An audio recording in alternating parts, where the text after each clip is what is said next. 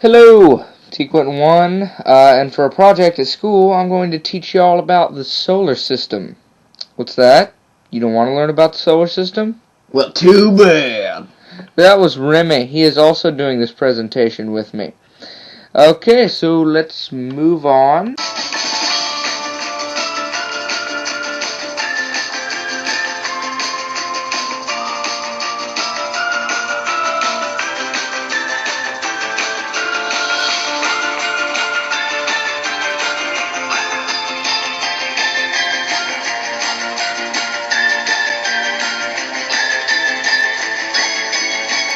Mercury is the smallest and closest planet to the Sun, with an orbital period of 88 days.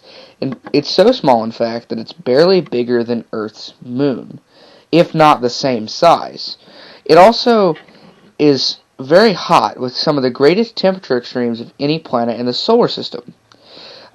Something you may not know is Mercury's orbit lies within Earth's orbit, as does Venus. It can actually appear in Earth's sky in the morning or the evening, but not in the middle of the night.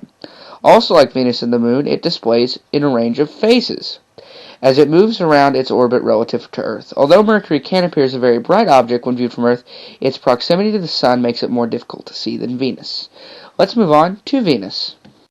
Venus is the second planet from the Sun, orbiting it every 224.7 Earth days. The planet is named after the Roman goddess of love and beauty. Venus is by far the hottest planet in the solar system, with temperatures reaching up to 863 degrees Fahrenheit. It has no carbon cycle to lock carbon back into rocks and surface features, nor does it have any organic life to absorb it in biomass. Venus is shrouded by an opaque layer of highly reflective clouds of sulfuric acid, preventing its surface from being seen from space in visible light.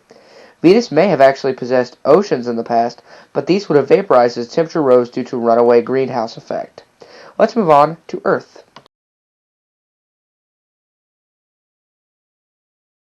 Earth is the third planet from the Sun and the densest of the fifth largest of the 8 planets in the solar system. It also has of the solar system's 4 terrestrial planets. It's sometimes referred to the world or the blue planet. Earth is the only planet we know that can contain life so far, and it takes about 365 days to revolve around the Sun.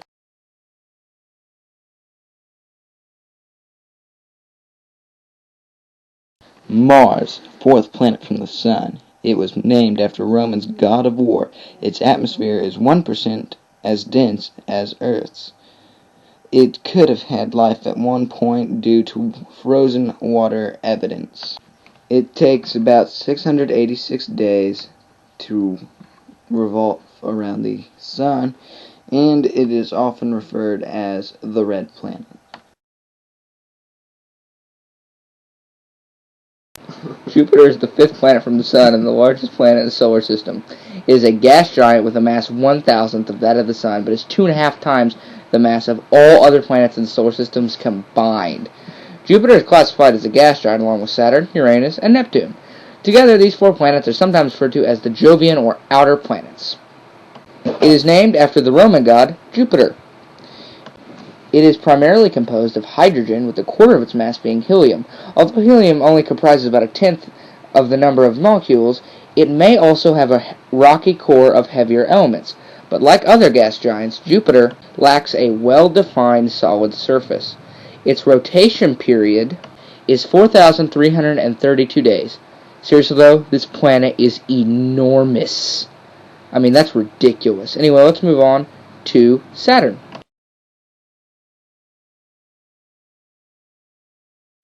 Saturn is the 6th planet from the Sun and the 2nd largest planet in the solar system. Named after the Roman god of agriculture, Saturn, its astronomical symbol represents the god's sickle. Saturn is a gas giant, like the other Jovian planets, but it has a core of iron, nickel, and rock, silicon, and oxygen compounds, surrounded by a deep layer of metallic hydrogen. Its orbital period is 10,759 days, which is a lot, and it's got these big rings around it made of all kinds of rocks and ice. But, as the title card said, it looks like a massive hula hoop, which is what I will call it. So let's move on to Remy again, who's going to tell you about the planet that I will not say. Uranus, seventh planet from the Sun. It rotates on one side, and it was only theorized that it only does that because it got struck by a meteor completely massive to itself. Now, Uranus and Uranus both sound dirty. Now, while on the planet's details, it's very cold on the outside and very warm on the inside, whether or not what it's made of.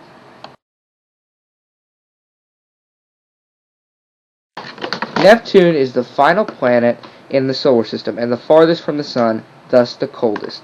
It is also very windy and has what looks like a tiny bit of rings. So does Uranus.